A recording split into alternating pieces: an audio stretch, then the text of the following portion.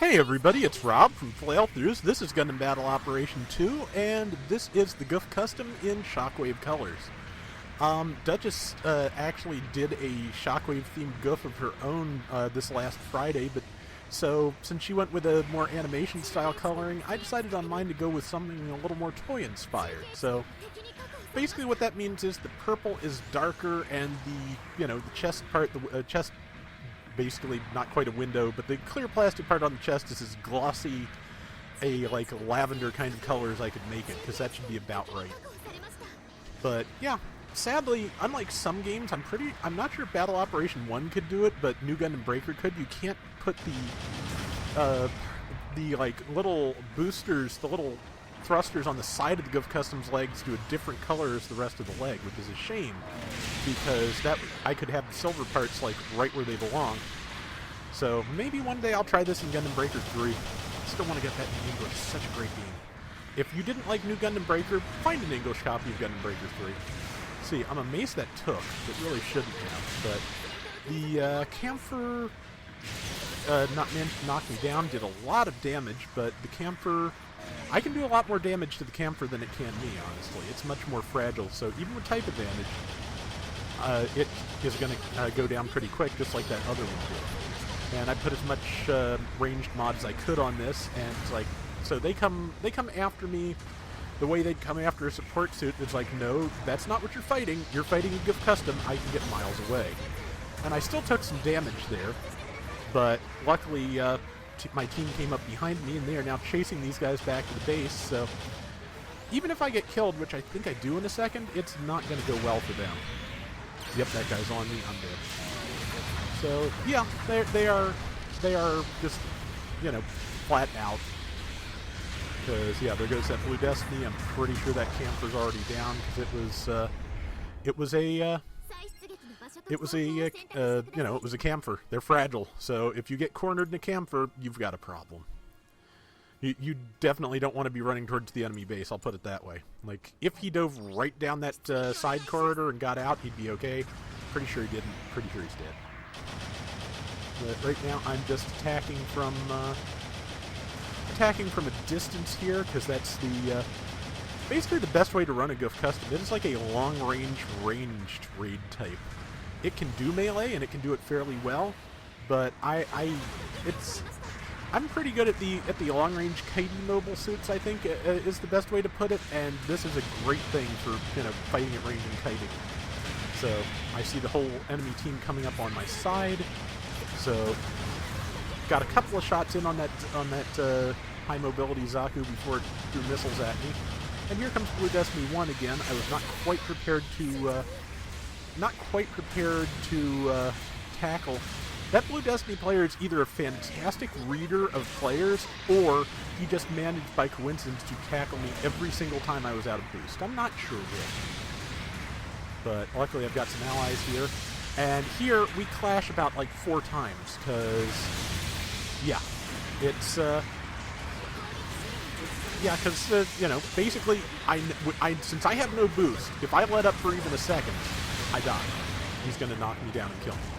But I managed to get him knocked down and do some damage. I'm probably about to die again, because everybody's right here, but let me tell you, one of the greatest changes they made during Battle Operation 1, yeah, I'm dead meat, but one of the greatest changes they made during Battle Operation 1 was to make it so that if you succeeded in counter-tackling, your boost speed was not expended. Because that was especially important back when support types had no melee to speak of, because anything that uses a punch now could not punch in Battle Operation 1. There was no punch part. You had no melee attack if you didn't have a melee weapon. So, yeah, so in Battle Operation 1, in the early days, basically, if 2 people attacked a support, they had it dead to rights, because even if the support could tackle the first one, they were then completely helpless against the second one's melee. So, yeah, that was a worthwhile change, and I'm, always been happy that they did that. But yeah, this game really has come a long way. I think I've got the purples about right. Again, the Shockwave toy was significantly darker than he appeared in the TV show. There's a really nice one, too, in the new Siege line.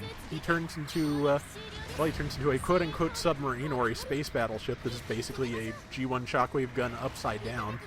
And he comes with, like, an accessory pack that turns into a whole bunch of things, like a backpack that kind of has a General Grievous vibe when he's wearing it. It can turn into a space sled or combine with the space gun mode to become what looks very much to me like an Alexandria-class battleship from Zeta Gun. So, it's a really cool toy, and I'm hoping I'll get one soon, because it's really nice. Also, I haven't really gotten a good Shockwave in the modern line. There hasn't been one that's, like, perfect. And that's usually the case with any toy.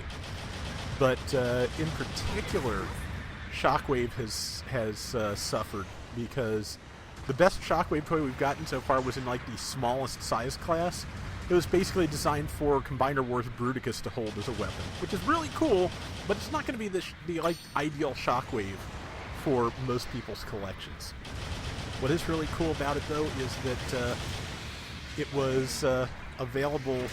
I have no idea how we bounced off of each other there. That shouldn't have happened. I shouldn't have hit him.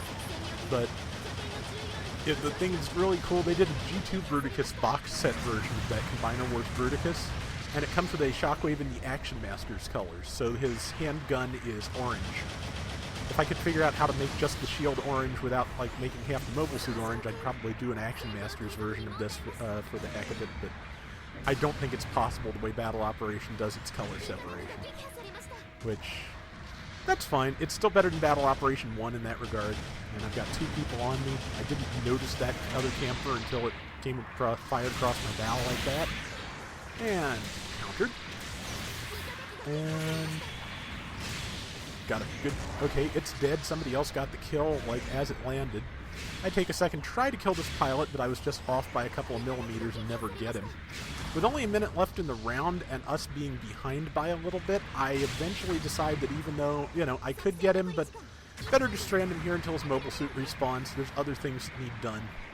But yeah, I just took a couple of stabs at it and then decided to move on, because, yeah, we need to kill some people. I think we lose this one by a hair's breadth, but I thought I did pretty well even so I was going to go for it. And yep, so switch to my other handgun sometimes when the Gatling shield's reloading. I think this is the one I've got quick loading parts on because they help.